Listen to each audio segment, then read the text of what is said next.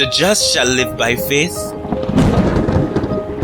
This profound and transformative theme in Scripture thunders throughout the Bible, demonstrated in the lives of the patriarchs, the prophets, the disciples of Jesus, and the martyrs during the Dark Ages, who stood their grounds in their conviction when their faith was challenged.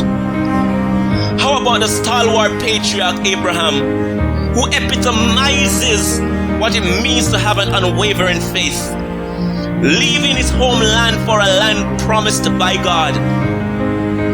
When we look at the likes of Daniel, though faced with certain death, failure to comply with a royal decree issued by the Median king, he chose the lion's den over compromise.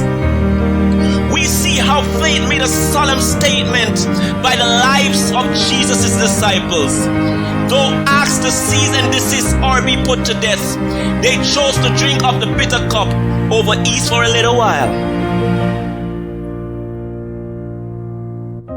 How about the martyrs during the Dark Ages who pledged their allegiance to the Lamb?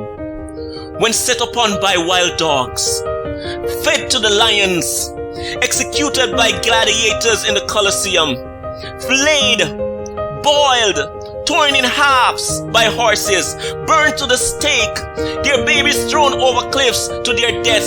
They stood tall in the face of adversities, and yet like Job they must have said, "For I know my Redeemer lives, and in the end he shall stand on the earth. Though worms may eat this body, yet in my flesh shall I see God." These narratives weave a tapestry of faith, faith that transcends time and circumstance, where these stalwarts of God lived by faith. They were just in their doings, as it is written, "The just shall live by faith."